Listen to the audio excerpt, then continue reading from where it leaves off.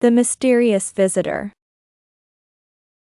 As I sat on the couch, staring blankly at the TV, I couldn't help but feel a gentle nudge against my leg. It was my dog Max, and he was trying to get my attention. I reached down to pet him, and he let out a contented sigh as I scratched behind his ears. But then, something strange happened. Max suddenly stood up on his hind legs and started barking loudly. He ran over to the window and began pawing at it, as if he wanted to go outside. But it was the middle of the night, and there was no one around for miles. I was confused and a bit concerned. So I followed Max outside to see what was going on. As soon as we stepped into the backyard, I saw why he had been acting so strangely.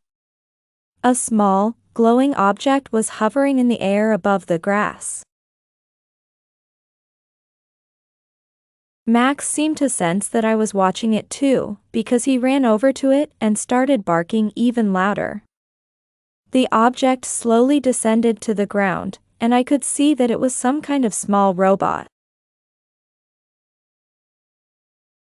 I was both amazed and terrified, unsure of what this thing was or where it came from. But Max seemed to think it was friendly, because he was still barking happily and wagging his tail.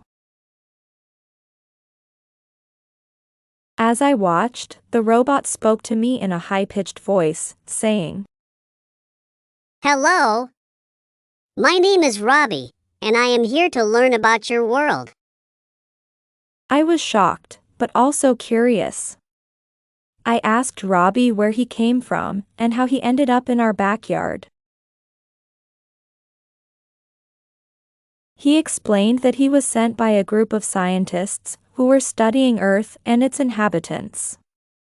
They had programmed him to explore and gather data. And he had somehow managed to escape their laboratory.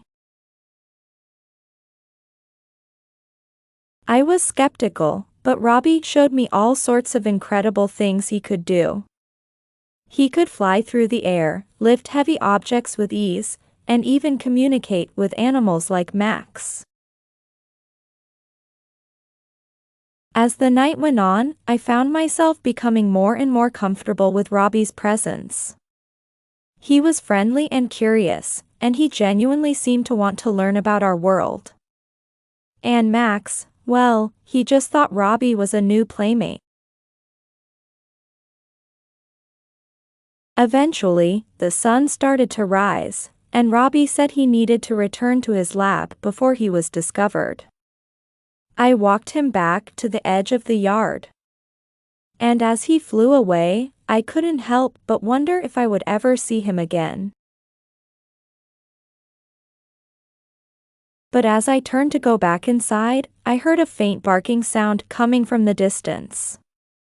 It was Max, and he was chasing after Robbie as they soared through the sky together.